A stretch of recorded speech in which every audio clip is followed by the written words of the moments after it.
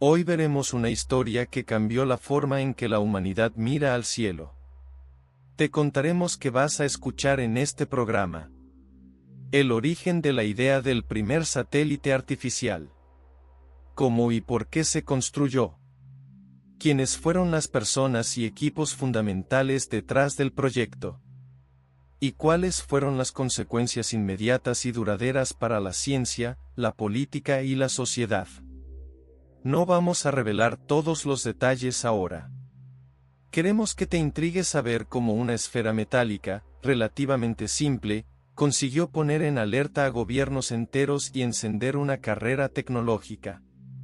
Veremos hechos comprobados, distinguiremos lo que es especulación de lo que está demostrado, y explicaremos de forma sencilla los términos técnicos que aparezcan. Esto es historia en desarrollo del pasado, breve, poderosa y con consecuencias que todavía se sienten hoy. Bienvenidos a otra historia. Aquí contamos personajes, curiosidades, mitos y hechos históricos con un enfoque serio y prudente.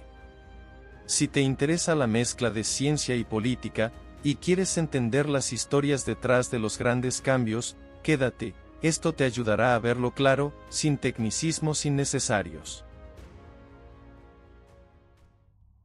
La idea de lanzar un objeto artificial al espacio no surgió de la nada, fue el resultado de décadas de pensamiento teórico y avances prácticos. A principios del siglo XX, en Rusia, un ingeniero y pensador llamado Konstantin Tsiolkovsky escribió sobre cohetes y sobre la posibilidad de alcanzar el espacio. Sus ideas eran matemáticas y teóricas, pero fueron la base para que generaciones posteriores imaginaran colocar objetos en órbita. En lenguaje claro, Tsiolkovsky explicó las fórmulas que permiten calcular cómo empujar un cohete para escapar de la gravedad, y esas fórmulas inspiraron a ingenieros posteriores. La Segunda Guerra Mundial aceleró la tecnología de cohetes. En Alemania se desarrollaron los primeros misiles a gran alcance, y al final de la guerra tanto soviéticos como estadounidenses estudiaron y adaptaron esa tecnología. En la Unión Soviética, ingenieros como Mikhail Tikhonravov vieron en los cohetes la posibilidad de colocar instrumentos científicos alrededor de la Tierra. Allí apareció otra figura clave, Sergei Korolev. Korolev fue el jefe de diseño, el ingeniero principal que logró organizar equipos y proyectos para convertir ideas en hechos. Korolev y su oficina, conocida como OKB-1, impulsaron la propuesta de lanzar un satélite sencillo y funcional lo antes posible.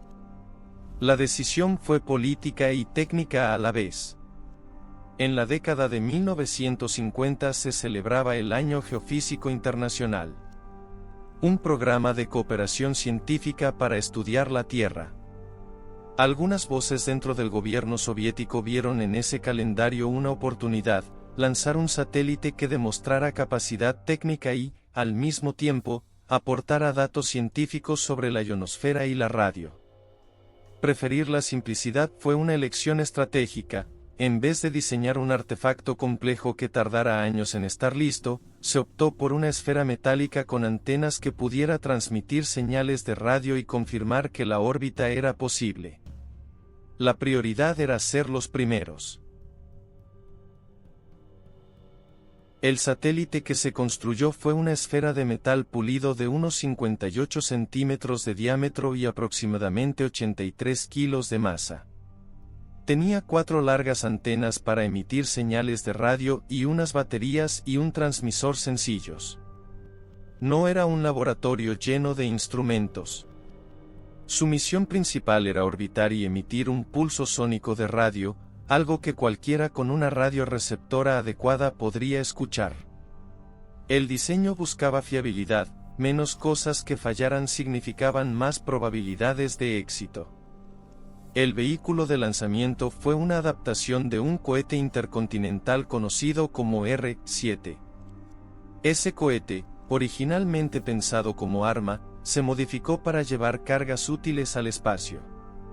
El lugar elegido para el lanzamiento fue el polígono de Tyuratam, en la estepa kazaja, que con el tiempo se conocería como el Cosmódromo de Baikonur. La fecha que quedó en la historia es el 4 de octubre de 1957.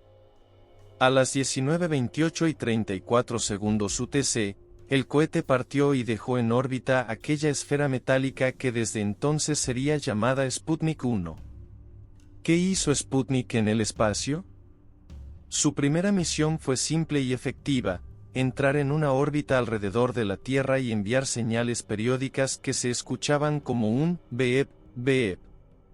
Emitía en 2 frecuencias de radio que operadores y aficionados pudieron captar, y así cualquiera con cierta curiosidad podía escuchar en tiempo real la prueba de que un objeto artificial daba vueltas al planeta.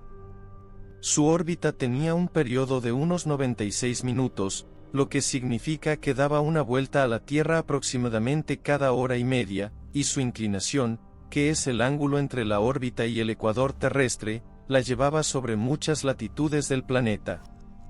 Las señales duraron algunas semanas hasta que las baterías se agotaron.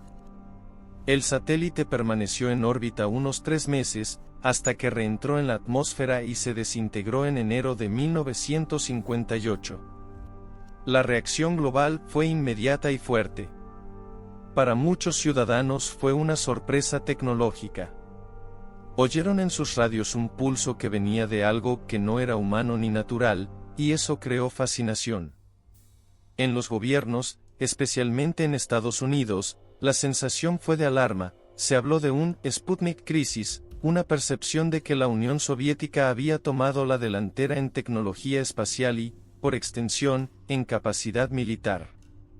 Esa sensación empujó a Estados Unidos a acelerar sus programas científicos y educativos. Se incrementaron inversiones en investigación, se creó la NASA en 1958 y se aprobó legislación para fortalecer la enseñanza de ciencia y matemáticas.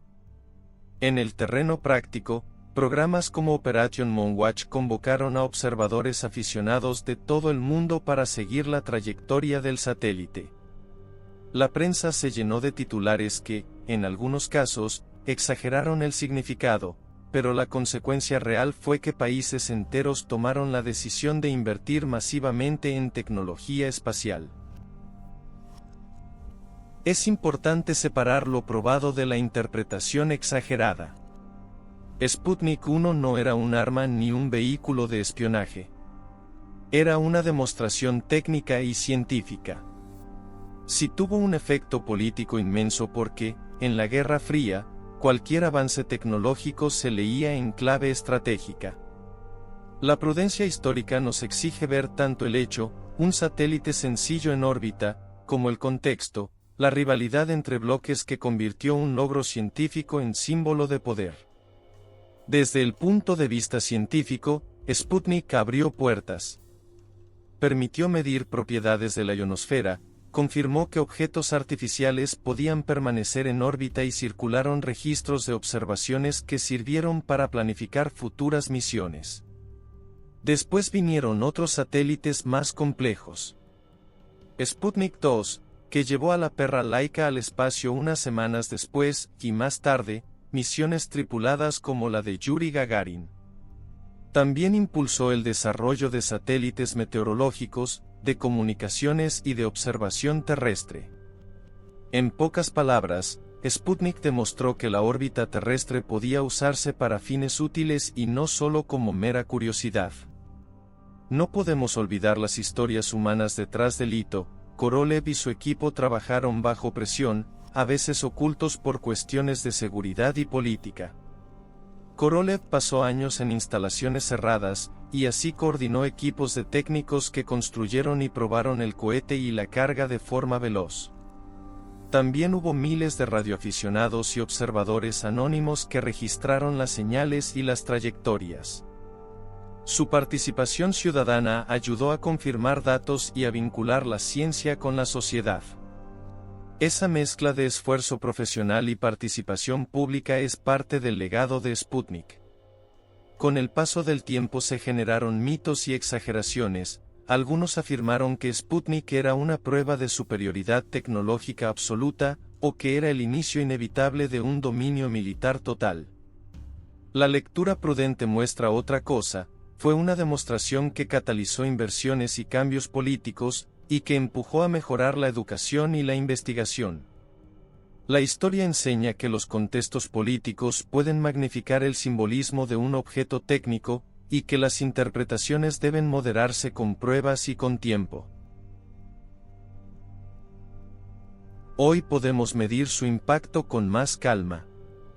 Sputnik no resolvió todos los problemas tecnológicos, pero sí abrió un camino que transformó comunicaciones, previsión meteorológica y observación de la Tierra. Y que puso en marcha una industria y una carrera científica. También nos dejó una lección ética, que la ciencia es poderosa y que su uso puede ser guiado por intereses muy distintos. Si te interesa seguir con más episodios, en próximas emisiones podemos contar cómo continuó la historia, Sputnik 2 y Laika. El desarrollo del programa tripulado soviético. La respuesta estadounidense con Explorer y Vanguard. Y cómo se llegó al momento de las primeras misiones humanas al espacio. En otra historia contaremos esos capítulos con la misma claridad y cuidado, separando lo verificado de lo especulativo. Si te gustó este relato, suscríbete al canal, dale a la manito de me gusta, activa la campanita para recibir notificaciones, comenta qué te pareció y comparte este video con alguien curioso. Es gratis y nos ayuda a seguir contando otra historia con responsabilidad y rigor. Gracias por acompañarnos en este viaje por el pasado que aún nos habla hoy.